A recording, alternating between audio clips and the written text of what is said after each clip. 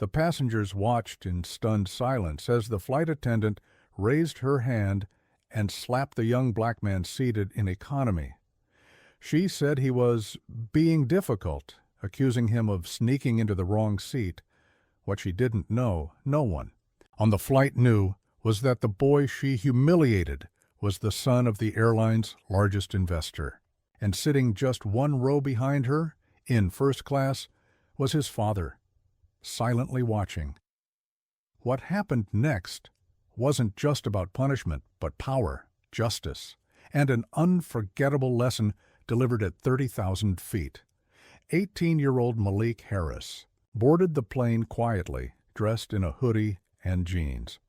He wasn't flashy, he wasn't loud, but he had every right to be there. He had his boarding pass and was flying economy by choice. Malik was returning from volunteering at a youth robotics camp in Chicago, something his billionaire father always encouraged him to do to stay grounded. Wait a second. Tell us where you're watching from in the comments, and don't forget to subscribe for more powerful stories like this. Meanwhile, his father, Preston Harris, was already seated just a few rows ahead in first class. The CEO of a significant tech empire and the majority shareholder in the airline preferred to travel without drawing attention, and today was no different. The flight had barely begun to board when tension struck. A flight attendant named Karen Foster, known among her colleagues for being overly strict and dismissive, narrowed her eyes as she approached Malik's row. She leaned over and barked, "Sir, this section is full. You need to move." Malik politely showed his boarding pass. "I'm in 23A, he said softly. She snatched it from his hand, glanced at it, and insisted, "You must have switched with someone." "Don't make a scene." Other passengers began turning their heads. "I didn't switch with anyone," Malik said, still calm. Without warning, Karen snapped, "Don't get smart with me," and slapped him across the cheek in a flash of fury and superiority. The door cabin went dead silent. Shock hung in the air like turbulence. Malik sat stunned, holding his face, not because it hurt, but because he couldn't believe this was happening in front of an entire plane. A flight supervisor nearby began to move forward, but it was already too late. The damage had been done. In the first class, Preston Harris stood. He walked down the aisle slowly, purposefully. The same silence that had frozen the plane moments ago followed him. Karen glanced up, suddenly uneasy, as the tall, sharply dressed black man approached. "You just laid your hands on my son," he said, voice firm but calm. "Would you like to try?"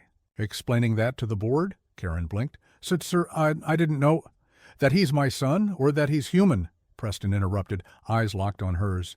"Because either way you've just cost yourself more than your job." Gasps filled the cabin. The other flight attendant stood frozen in disbelief. Preston pulled out his phone and made a single call, and within minutes the pilot was informed of the incident. Karen was promptly removed from duty once the plane landed. A full investigation followed, one that revealed not just this one act, but a string of complaints from past passengers against her. The airline board issued a public apology to Malik and Preston.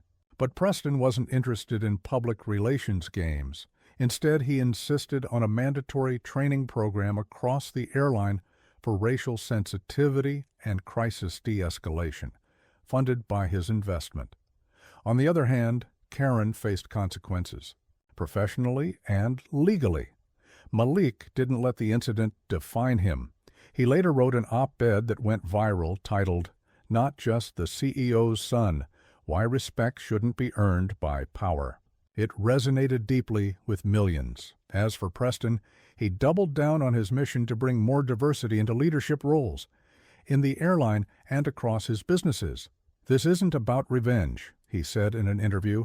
"It's about rewriting the script for the next generation." That flight became more than a journey from point A to B. It became a turning point, a reminder that dignity should always fly first class, no matter where you sit. If you enjoyed this story and thought it provoking, don't forget to like, share, and subscribe for more powerful narratives. Let us know your thoughts in the comments. What would you have done in this situation? Your support helps bring more eye-opening stories to life. Take care.